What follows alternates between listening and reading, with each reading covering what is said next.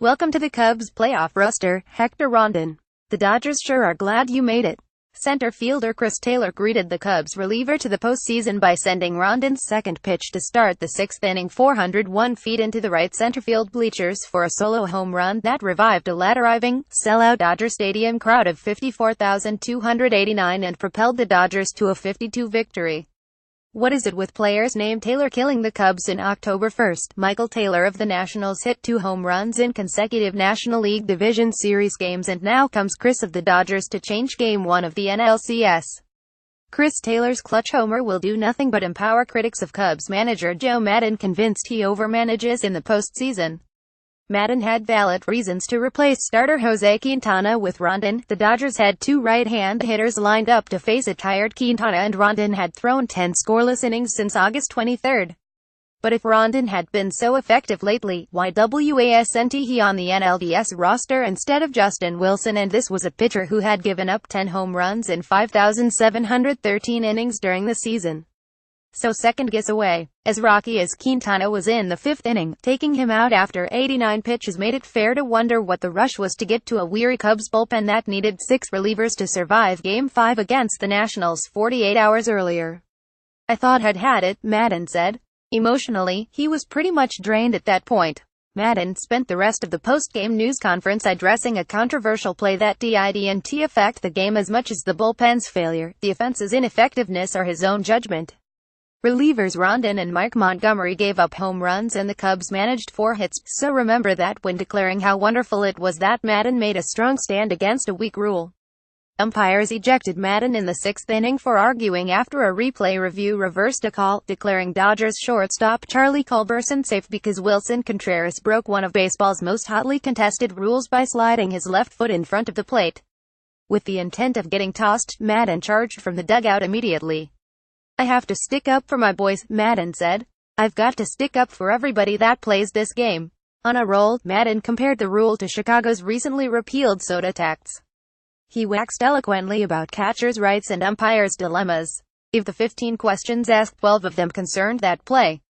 One reporter even began by saying, "Pardon me for the subject change, pardon me, but that wasn't why the Cubs lost Game 1. This was a pitcher's duel that turned into a chess match between 2 managers who love to tinker." Dodgers manager Dave Roberts started it by replacing the best pitcher on the planet, Clayton Kershaw, after 87 pitches, one of which Albert Almora Jr. crushed for a torn homer. Maddon countered by taking out Quintana after a shaky 5th. Surrendering only 2 hits, Quintana gave up 2 walks and a run-scoring double to Yasiel Puig that cost him the chance to go deeper and potentially prevent Rondon from entering. Before that, Quintana faced the minimum number of hitters through 4 innings and commanded his fastball on both sides of the plate with pinpoint control. Most impressively, Quintana demonstrated laser focus despite the personal crisis that preceded his second postseason start.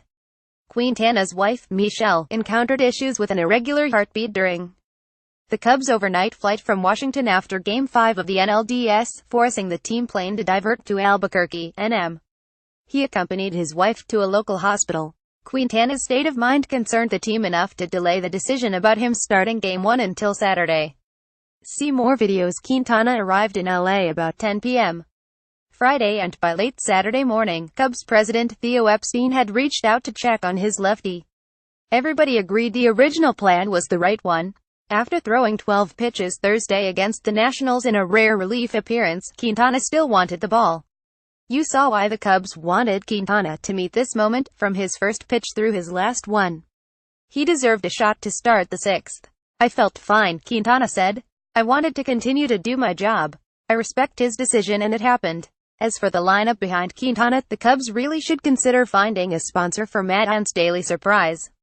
This time, Maddon raised eyebrows by inserting Kyle Schwarber into the lineup against Kershaw, whom he hadn't faced.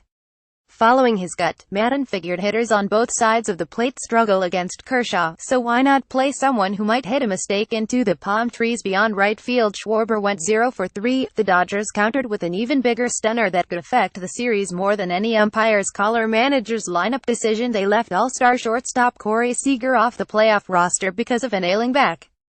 Seager can play in the NLCS only if the Dodgers add him because of an injury to another player, a possibility no conspiracy theorist should rule out for a team that likes to engage in gamesmanship. Game 2 starter John Lester compared the Dodgers' loss of Seager to the Cubs losing Chris Bryant or Anthony Rizzo. "That's a fair comparison," Maddon said. "The Cubs caught a break with Seager's injury. But, as Rondon found out, the deep and dangerous Dodgers have many players who can ruin your night." ChicagoTribune.com Twitter @DavidHa